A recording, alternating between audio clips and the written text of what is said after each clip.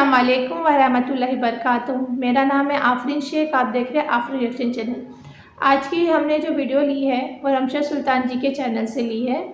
آج جس ویڈیو پہ ہم ریئیکشن دیں گے وہ آدم علیہ السلام کے واقعات پر ہے۔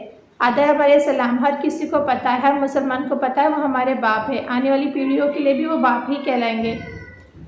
آدم علیہ السلام اس دنیا میں آئے، ہم سب کو پتہ ہے کیوں آئے، اللہ ہم سے ناراض کیوں ہوئے، لیکن اس ویڈیو میں ہم تفصیل سے دیکھیں گے کہ اللہ کیوں ناراض ہو گئے تھے، اس کے بعد کیا ہوا۔ تو چلیے ویڈیو سٹارٹ کرتے ہیں اور دیکھتے ہیں۔ السلام علیکم، میرا نام رمشا سلطان ہے اور میں پروفٹ سیریز شروع کرنے جا رہی ہوں۔ اس سیریز میں ہم سارے نبیوں کا ایک ایک کر کے واقعہ سنیں گے۔ یہ ایک بہت انٹرسٹنگ سیریز ہونے والی ہے، تو پلیز میرے چینل کو سبسکرائب کر لیجئے۔ آج ہم آدم علیہ السلام کا واقعہ سنیں گے۔ آدم علیہ السلام اللہ کے پہلے نبی اور پیغمبر تھے، جنہیں اللہ نے خود اپنے ہاتھوں سے بنایا، اور ہم سارے انسان انہی کی نسل ہیں۔ تو چلیے شروع کرتے ہیں with the real life story of Prophet آدم علیہ السلام۔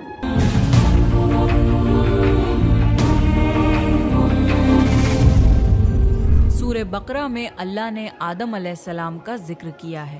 جب اللہ نے انسان کی مخلوق کو پیدا کرنے کا ارادہ کیا تو اللہ نے فرشتوں سے فرمایا، میں زمین میں اپنا ایک خلیفہ بنانے والا ہوں۔ فرشتوں کو لگا کہ شاید ان کی عبادت میں کوئی کمی رہ گئی ہے، اس لیے اللہ نے نئی مخلوق بنانے کا ارادہ کیا ہے۔ فرشتوں نے جنوں جیسی دوسری مخلوق بھی دیکھی تھی جو زیادہ عقل نہیں رکھتے تھے اور خون ریزی کرتے تھے۔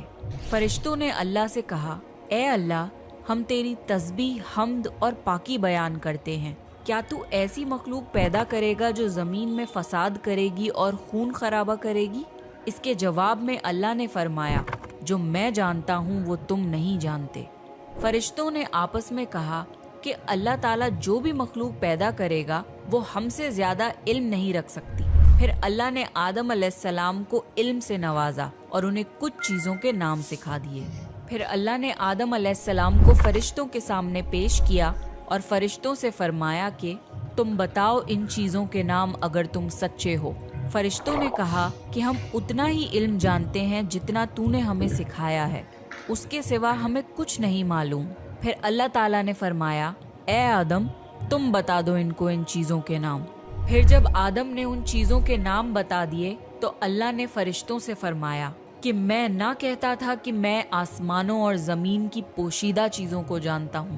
پھر اللہ نے فرشتوں سے فرمایا کہ تم آدم کو سجدہ کرو، تو وہ سب سجدے میں گر پڑے مگر شیطان نے سجدہ نہیں کیا۔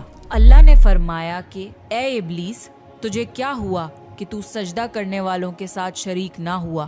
شیطان نے تکبر میں کہا کہ میں ایسا نہیں ہوں کہ انسان کو سجدہ کروں جسے تو نے کھنکھناتے ہوئے سڑے ہوئے گارے کی مٹی سے بنایا ہے۔ میں اس سے بہتر ہوں، تو نے مجھے آگ سے پیدا کیا اور اسے مٹی سے پیدا کیا ہے۔ اللہ نے شیطان سے فرمایا، یہاں سے نکل جا، تو مردود ہے اور تجھ پر قیامت کے دن تک لعنت برسے گی۔ شیطان نے کہا، مجھے قیامت تک مہلت دے۔ اللہ نے فرمایا کہ تجھ کو مہلت ہے۔ شیطان نے اللہ سے کہا کہ تو نے مجھے گمراہ کیا ہے، میں قسم کھاتا ہوں کہ میں انسان کی سیدھی راہ پر بیٹھوں گا، پھر میں ان پر حملہ کروں گا، ان کے آگے سے بھی، پیچھے سے بھی، دائیں سے بھی اور بائیں سے بھی، اور ان میں سے اکثر کو تو شکر گزار نہیں پائے گا۔ اللہ نے فرمایا، تو یہاں سے نکل جا ذلیل و خوار، جو ان میں سے تیرا کہنا مانے گا تو میں ضرور تم سب سے جہنم کو بھر دوں گا، بے شک میرے خاص بندوں پر تیرا ذرا قابو نہیں چلے گا۔ جنت کی ساری نعمتوں کے باوجود آدم علیہ السلام جنت میں اکیلا محسوس کرتے تھے۔ پھر اللہ نے حوا علیہ السلام کو بنایا تاکہ آدم علیہ السلام ان سے سکون پا سکیں۔ اللہ نے فرمایا، اے آدم، تم اور تمہاری بیوی جنت میں رہو، پھر جس جگہ سے چاہو تم دونوں کھاؤ، لیکن اس درخت کے پاس مت جانا ورنہ تم ظالموں میں سے ہو جاؤ گے۔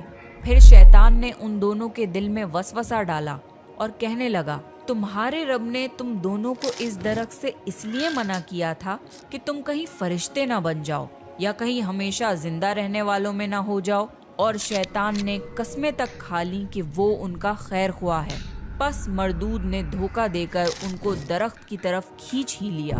جب حضرت آدم اور حوا علیہ السلام نے درخت کے پھل کو کھا لیا تو ان کے سطر کی چیزیں کھل گئیں اور وہ درختوں کے پتوں کو توڑ توڑ کر اپنے اوپر چپکانے لگے اور سطر چھپانے لگے۔ پھر اللہ نے ان کو پکارا اور فرمایا، کیا میں تم دونوں کو اس درخت سے منع نہ کر چکا تھا اور یہ نہ کہہ چکا تھا کہ شیطان تمہارا کھلا دشمن ہے؟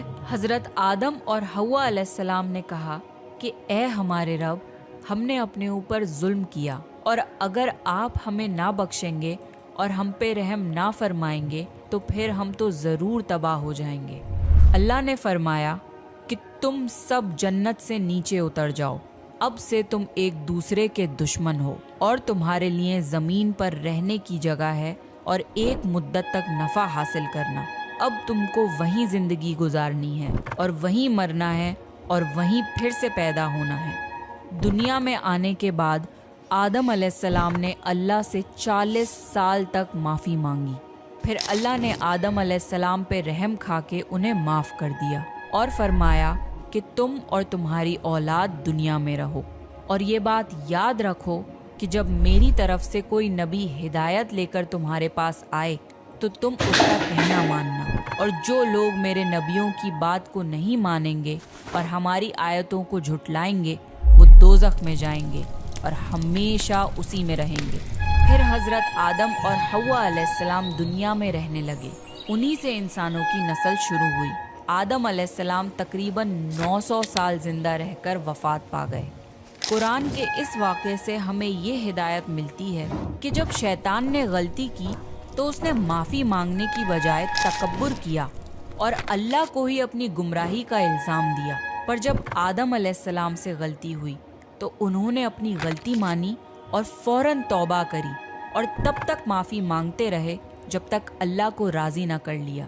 آدم علیہ السلام کی سنت یہ ہے کہ جب انسان سے غلطی ہو جائے تو وہ اللہ سے اپنے گناہوں کی معافی مانگے اور اپنے رب کو منا لے۔ بے شک اللہ بہت معاف کرنے والا، بڑا مہربان ہے۔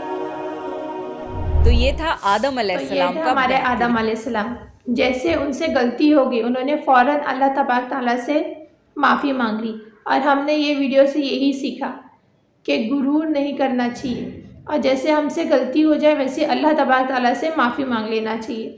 اگر آپ کو ہمارا یہ ویڈیو پسند آیا تو پلیز لائک، سبسکرائب اور کمنٹس کیجیے۔ Thank you.